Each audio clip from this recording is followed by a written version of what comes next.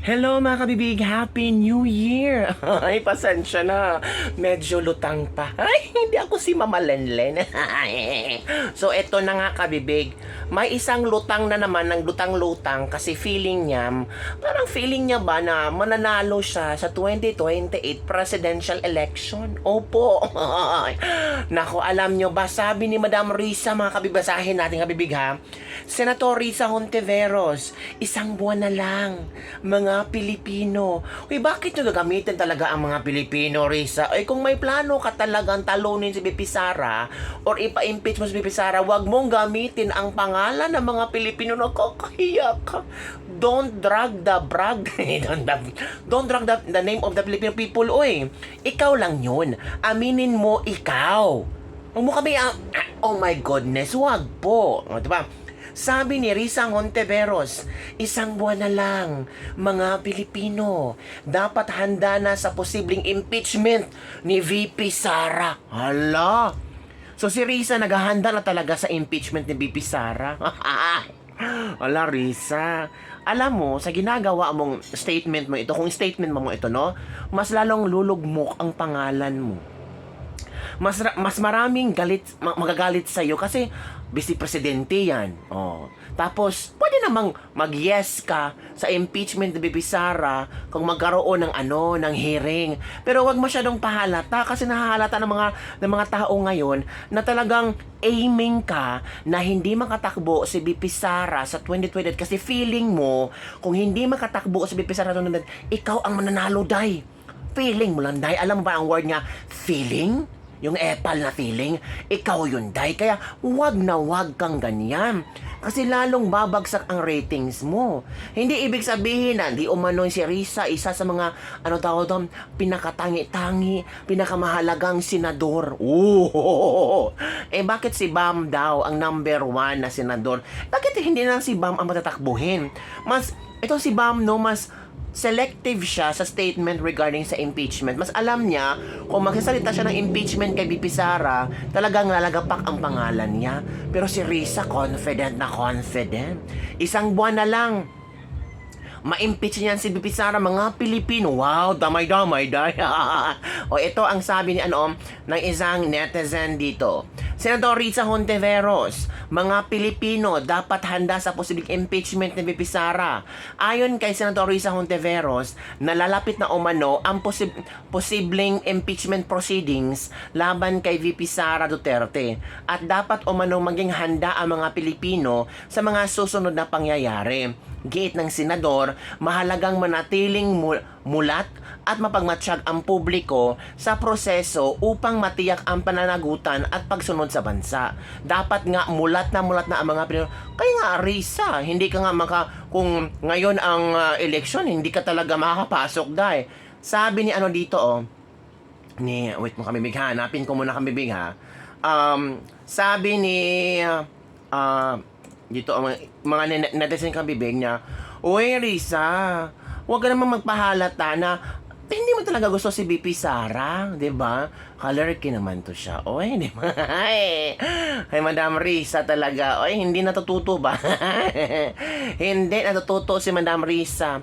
Palagi na lang kayang ganyan ang mga ginagawa niya ba? Mga paepaw. Sabi nga ni sabi ni Sused Severo Doctolero, Dear Senator Risa, dahil pinahayag mong interesado kang tumakbong presidente sa 2028, hindi ka dapat mag-gloat sa impeachment ni Inday. Para hindi ka mukhang masyadong kang atat manalo dahil mawawala na ang malakas na puwersa.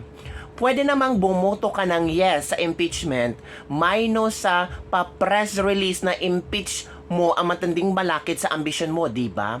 Bad taste konting delikadesa. Tama talaga. So ito yung iboboto ng kakamping, yung power grabber, yung power tripper, yung gusto talaga na ako ang mananalo, ako talagang uupo ang presidente. Wow. Kung gaano ka katahimik sa flood control issues, tama. Bakit? Dahil may insertions ka raw, totoo ba? Dapat mas tahimik ka dito at hayaan na lang yung kaalyado mong congressman nangiwi. Hala, sino yung nangiwi? ang magsalita ng magsalita at bumira kay Inday hanggang lalo siyang ngumuwi. Hala, sino yung ngumiwi? Pero ikaw, dapat at wag pabida kasi tatakbo kang presidente, di ba? Di magandang optics na dinaan mo sa dayang political move ang pagtalo kay Inday. Ayaw ng mga Pilipinong ganyan. Ganon yun. Kagaganyan mo, feeling mo, lilipat siya sa iyo ang boto ng mga tao. Hindi, Day. Naloka ka talaga, Day. Di ba? So, Risa, control mo. Huwag masyadong huwag masyadong expecting. Pero ako expecting talaga sa Madam Risa. Ito naman ang komento ng ating mga netizen. Sandro Logic 101. Sara Duterte will not win because she will win. She will win because she will not lose. Behind that smile is an evil mind. Huy! Grabe kayo Comedian of the Year si Risa. Tulog ka pati. Musta naman insertions mo, Madam Chair? May project bang nagawa? Yan na. Risa, sumisigaw ng, accountability, transparency. Dapat mulat ang mga tao, pero ang insertions, Madam, kumusta ang proyekto? Si Katonying ang nagbulgar niyan, 'di ba? Pag sure Madam, kay magbiko ta. Gagawin talaga ang lahat para hadlangan si VP Sara sa 2020. Of course, mga kabibig. Lahat ng kung ano-ano. Di ba sabi ni VP Sara, ako ang walang insertion sa budget. Sabi ni Leveste, walang insertion si VP Sara. Pero sabi ng mga pakialamerang mga kung ano-ano, ay hanapan natin si Inday ng Lusot noong previous administration na meron daw bilyones na insertion si Inday nung mayor pa siya. Tingnan nyo nga, wala kasi silang makikita ng mga insertions ni VP Sara sa admin ni BBM. Ang tanging bala na yung confidential plans, yung plunder case. Binasura ng mga tao. Ayaw ng mga tao makinig ng mga ganong istorya. So, backtrack. Bumalik sila sa admin ni Digong. Hanapan natin ang bao si Sara. May nakita kami dito. Yun ang plano nila, kabibig. Kasi sobrang linis ni BP Sara sa mga insertions. Si Lebesti nagsabi, walang insertion si Inday. Tanging si Inday lang ang walang insertions. Risa, ha? Do you get the point? Tanging si Inday lang, Day, ang walang insertion. Pero ikaw, may insertion, sabi ni Katonying, na kung saan nakita ang mga dokumento ni Katonying. Diba? Ito pa. Queen of Holy Crocs.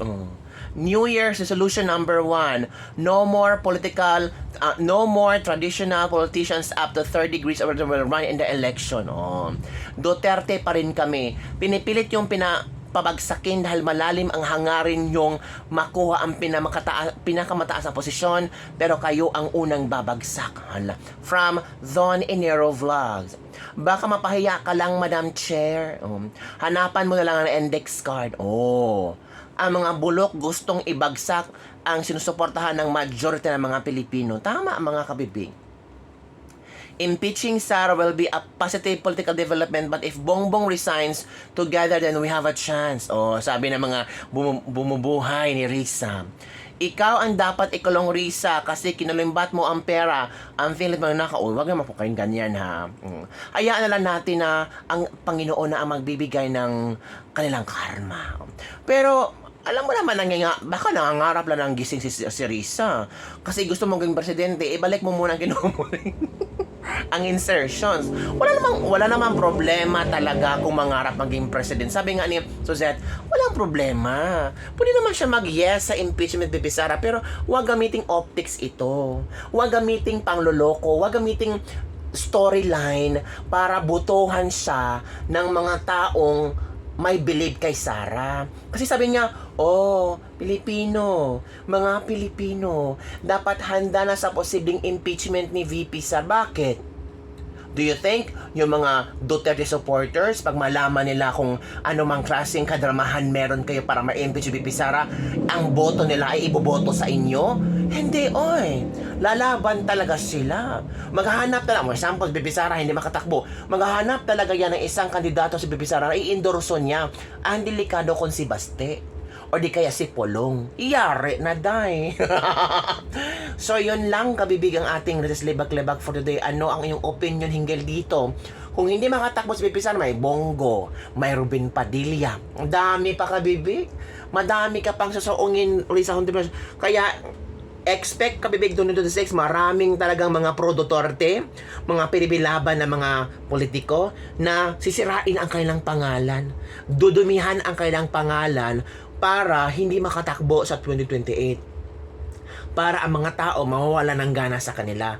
Pero I'm not sure if mawawalan sila ng gana. Kasi take note, tingnan mo nga ang kapaligiran mo ngayon. Ang flood control project anomalies, may solution ba? Sabi ni BBM, hindi mang magpasko, bago magpasko, may makukulong na. O sino kung Sardescaya lang? O nasa yung mga politikong, mga budget insertions nila? Ngayon si Leviste, may binugan mga budget insertions, may mga pabonus pa ang mga congressman. Diba? Ang daming mga pasabog before the end of the year. Pero anong ginawa ng Marcos? Si Libiste pa ang sinabihan ng fake news. Dapat sana si Marcos maging happy kasi may tumutulong sa kanya na kongresista na tutulungan silang ilabas ang mga proponents, ang mga insertions. Pero hindi Parang si Marcos pa ang galit. Napansin nyo? Parang si Marcos pa ang galit kung bakit may mga Cabral files. Tapos, alam nyo, naglabas pa sila ng video kay Leviste. So it means yung Cabral files, totoo pala. Kasi may video sila na sa pilitan daw kinuha ni Leviste kay Cabral. It means, totoo yung nilabas ni Leviste. Diba kabibig? Yun kabibig ang ating Rites Libak-Libak for today. Ano sa palagay yung kabibig? Kung si Risa Hontiveros, kasi feel niya ang moment, natatakbo siya sa 2028, mananalo kaya siya? Comment down below and don't forget to like, subscribe, and share this video. Happy New Year sa lahat. Sana this new year 2026, more blessings to come. Bye everyone. See you next time.